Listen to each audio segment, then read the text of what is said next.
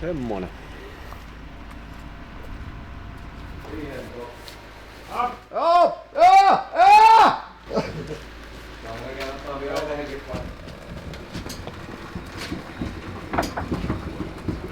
Niin kuin se vetari muljuu siellä, no se mikä tuossa on tuo sauna. Yes. Sehän rullaa niinku Rullaa. pintakaasulla. Esittele itsesi. Elikkä Suaki, Jarmo, Yli-Harjapäästä hyvää päivää. No niin, siinähän se tuli lyhyesti ja ytimekkäästi. Kaikki tuntee miehen varmaan paremmin kuuluisasta Scaniasta, jolla se on kierrellyt näyttelyitä. Joona voi laittaa tähän siitä kuvan. Saari on meille sponsorinakin on ollut jo useamman kauden ja vahvasti on jälleen mukana. Ja se on nyt kuitenkin mennyt hänen kiinnostus tähän pisteeseen, että se kävi hakemassa Krisse Aallolta kopan ja meillä olisi nyt sitten ohjelmassa laittaa tekniikka tonne ja sä voitkin sanoa, että mikä sinne tulee. Mehän ajamme ainoastaan Veikasilla. Ja sinne tulee Veikasin sydän. Elikkä Luonnollisesti. 5,3 litranen GM:n V8 on tulossa sinne turboahtimella, kunnes toisin määrätään. Tilanteet elää kyseisen herran kanssa melko paljon. Mutta Hyviä ideoita on paljon, mutta On. aina ammutaan vaan alas. niin. Tästä olisi nyt tarkoitus sitten tehdä. Tuossa on ulkokuosista tuloa melko jäätävä. Siitä tehdään sitten paljastuksia, kun saadaan siitä asiaa eteenpäin. Kättä on jo lyöty ilmeisesti vähän päälle kyseisen herran kanssa. Kyllä. Ja tämä tulee liittymään sitten myös tulevaan kevään projektiin, joka on uusi työkalu. Niin. Tässä on niinku tosi paljon hienoja jänniä asioita tulee tapahtumaan. Ja ne, joille tämä auto ei ole ennestään tuttu, niin tämähän on ihan perinteinen E36 BMW. Porrasperä, 4 ovea helpottaa tekemistä. Mitä nyt on kerennyt vilkaisemaan, niin ihan perus lokkitit on etupäässä ja säädettävät varret takana ja ihan peruskauraa niin sanotusti. Ja tää vissiin tuli Virosta. Kyllä. Joo. Ja Krisse ajoi 1 kauden tällä. Ja nyt olisi sitten tarkoitus tehdä tästä semmonen vähän raakempi höntsälelu. Että voimaa tulee vähintään riittävästi ensikertalaiselle, mutta lähtee se neitsyys silläkin. Hirveän kiireinen mies aina puhelimessa. Paitsi nyt ei vastannut. Joo. Eipä siinä oikeastaan saa. Tästä tulee nyt sitten, yritetään tehdä mahdollisimman paljon materiaalia kanssa. Eli meillä on meidän Pemari, sitten on tämä Pemari ja sitten on ne kaikki muut ropaleet vielä ja sitten Volvo. Pitäisi vissi olla Kaania sekin, mutta kun nyt ei oo. Saatte anteeksi. Kiitos. No. Niin. Totta. Joo. Kiitos muuten niistä. Se on toiminut hyvin. Oh. En mä nyt oikeastaan saa keksiä mitään muuta. Sami tekee tonne sähköt ja me heitetään sinne se V8 konehuoneeseen ja sitten katsotaan mitä se piirtää käppyröillä ja ensi keväänä lähdetään katsomaan kun kuitu lentää. Ja sehän lentää. Sehän lentää. Savun määrä ei ole taattu, mutta kuitu on siellä lentää. Joo. Eipä kai siinä. Ensi talvesta on tulossa aika mielenkiintoinen. Hyvin hektinen, että ei ole viittinyt edes kotiväelle hirveästi ilmoitella tästä asiasta, että näitä projekteja tiedossa kyllä on, mutta eipä siinä hauskaa pitää olla. Totta kai. Sillä lailla, että jos ajatellaan, että me tehdään ensi talvena nyt niin kuin, no ensinnäkin työstetään meidän M5X-sarjalaista, sitten tehdään LS-vappi, sitten on yksi M104 tuossa ihmeteltävänä, niin mistäs me se vankkeli vielä löydettäisiin?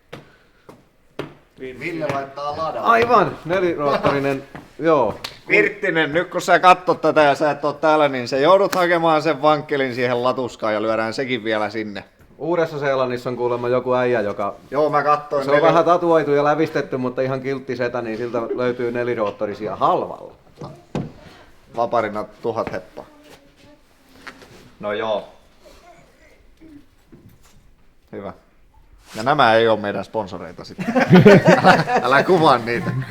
Ei vaan, hyvää mainosta. Siitä tulee hyvä. Yes. Mennään näillä. No niin, me ollaan Samin kanssa täällä bussissa. Se on vähän mennyt eteenpäin. Katsotaan sitä kohta lisää. Mutta ennen sitä me ollaan taas tammikuussa menossa paikkaan, josta tulee myöhemmin vähän isompaa videota. Se tulee olemaan aika upea asia. Se voidaan sanoa, että Suomessa se ei ole. Siellä ollaan pari päivää. Katsotaan mitä kaikkea sieltä löytyy. Ja Samin kanssa kuvailtiin tuossa kanssa vähän tekniikkavideo äsken. Siitä tulee kans sitten keväällä. Liittyy vähän kaikkiin noihin sähköhommiin. Me kas kuirittiin mihin muuhun. Anturitekniikkaa. Kyllä. Siitä sitten kaikki rakentajat saa hyvää video itsellensä ja kaikkea infoa, mitä kaikki anturit tekee sun muuta. Mutta nyt se kauan kaivattu bussi. Muutenkin valittiin hyvä kuvauspäivä. Täällä on 15 astetta pakkasta pihalla. Käydään nopeasti läpi, mitä täällä on tapahtunut. Elikkä siis metallia löytyy. Joo, Pirttinen on tähän aikansa kuluksi hitsaillut meille ramppien alut hyvälle mallille. Että tähän olisi tarkoitus saada auto sitten vedettyä vinssillä tulevaisuudessa. Ja myös todennäköisesti käytetään sidontapisteenä pitkältikin. Ja niiden on tarkoitus tässä kohtaa sitten muuttua vaneeriksi. Vaneeriset rampit jatkuu tänne asti. Ja väliseinä tulee sitten hyvinkin pitkälti tähän kohtaan. Ja tähän saadaan sitten sänky niin kuin koko leveydelle tehtyä. Ja tehdään todennäköisesti aika pitkälle tänne. Elikkä jatkuu niinku, ei nyt ihan taakse asti, mutta varmaan johonkin. Silleen, että siinä on hyvästi saa nukuttua ainakin. Niin. Että auto tulee sillä yläviistoon tänne, niin siihen konepellin ja katon päälle jää hyvä tila. Hyvä tila sitten sängylle. Ramppien alapuolet on tarkoituksella jätetty mahdollisimman vapaaksi, että me saadaan sinne myös tavaran säilytystilaa niin paljon kuin vaan mahdollista. Polttoaine täyttöputkeen jouduttiin vähän muokkaamaan, että siellä saadaan ramppi menemään ylitte. Se tuli justiin tosta niin, että se oli juuri rampin tiellä siinä alun perin. Vinssi sähköjohto tulee jo tänne. Enää ei kaivata kuin vinssiä ja sitä, että mihinkä se kiinnitetään.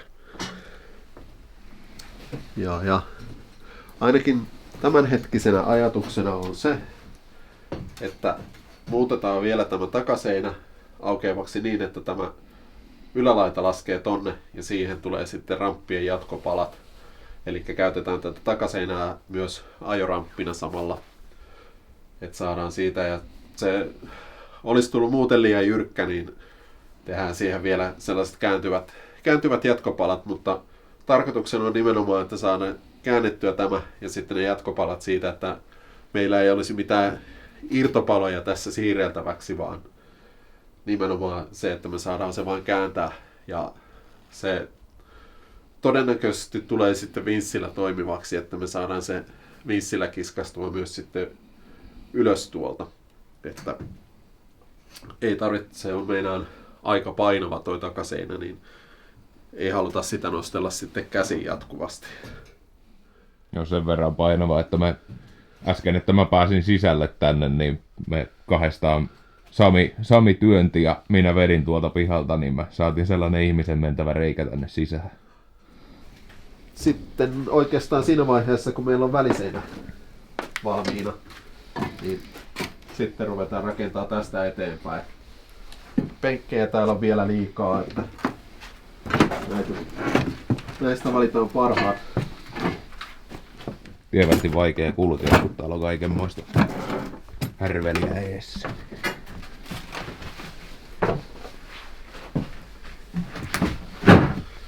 Eli tänne on jo muutama paras pari valittu ja pääasiassa ruuvattu paikalleen.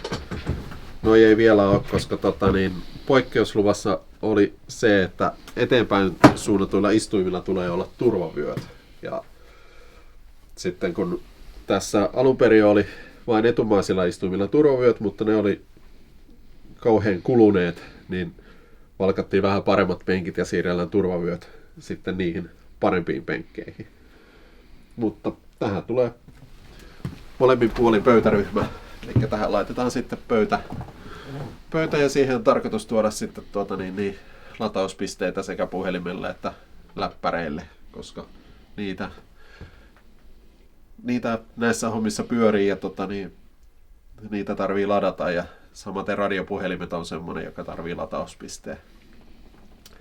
Että tänne tulee sekä 24 voltin järjestelmä että sitten 230 volttinen tulee inverterin perästä, jolla saadaan kaikki jääkaapit ja ilmalämpöpumput ja mikroaaltouunit toimimaan sitten tarvittaessa jopa ajossa.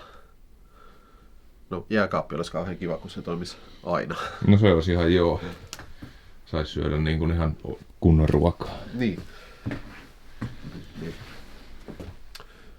Siinä ne nyt niin kuin pääpiirteet, että ei ole enää kuin tekemistä vaille. Joo, jotenkin jää vaille. Terveisiä Santerille.